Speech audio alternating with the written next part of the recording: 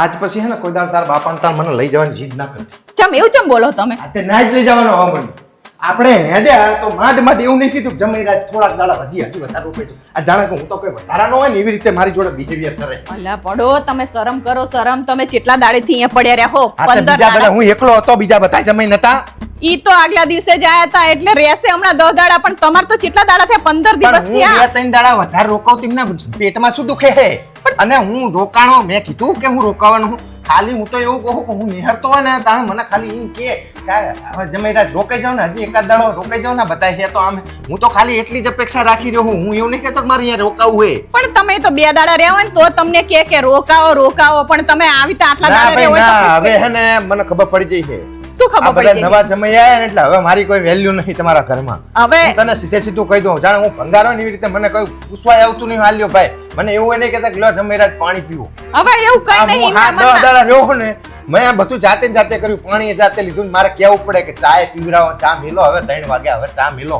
આ તે પણ આટલા બધા દિવસ રહો ને તો કે તમારે વાહે વાહે ફરે તાણે અને તમે આ નવા જમાયા છે ને બધું એમના માટે થમ્સ અપ ને પેપ્સી ને લસ્સી ને બપોર પડે એટલે ગુલ્ફી ખાચો જમી અમે શું ગુલ્ફી ખાય એવા નહીં. અરે પણ તમને શરૂઆતમાં કેટલા દિવસ હાચો કર્યા પછી કેટલા દાડા હાચવે અને તમારે રહેવતું શું હાચવ્યા હે બપોરે કે પાલકનું શાક હાજે કે પાલકનું બીજું કંઈક સવારે કે પાલકનું કંઈક બીજું એટલે મને ડાયરેક્ટ ખેતર બતાવી દીધું તો હું પાલક ખાઈ લેતી ખેતરમાંથી.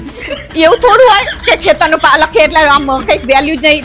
તાજો પાલક લઈને બચારા ઉપરથી તમને ભજીયા કરીને ખવડાવે ભાજી કરીને ખવડાવે અને કેટલું સારું કરીને ખવડાવતા તો તમે અત્યારે પાલક ઉકાઈ ગયો હા નવા જમીયો આયા તાણે તમને હોટલ હુજે હે તાણે તમને પંજાબી પનીર તમને એવું લાગે કે વેરો વંચો મને એકલાને પાલક જ્યાં ભેંસ આવી હોય ઘરે અલાઈ રે જ્યાતા તે દિવસે ખેતર તો કે લાવ લઈ જઈએ જમાઈ આયા હે તો બચારા કે ખાય કે પણ મને તો ઉપરથી પૂછો કોક દાડો કે શું ખાવું હોય જમાઈ રાજ એટલે ઈ જ કહું હું તમને કે મને તમારે નવો જૂનો થઈ ગયો ને એટલે હવે મારી કોઈ કદર નહીં.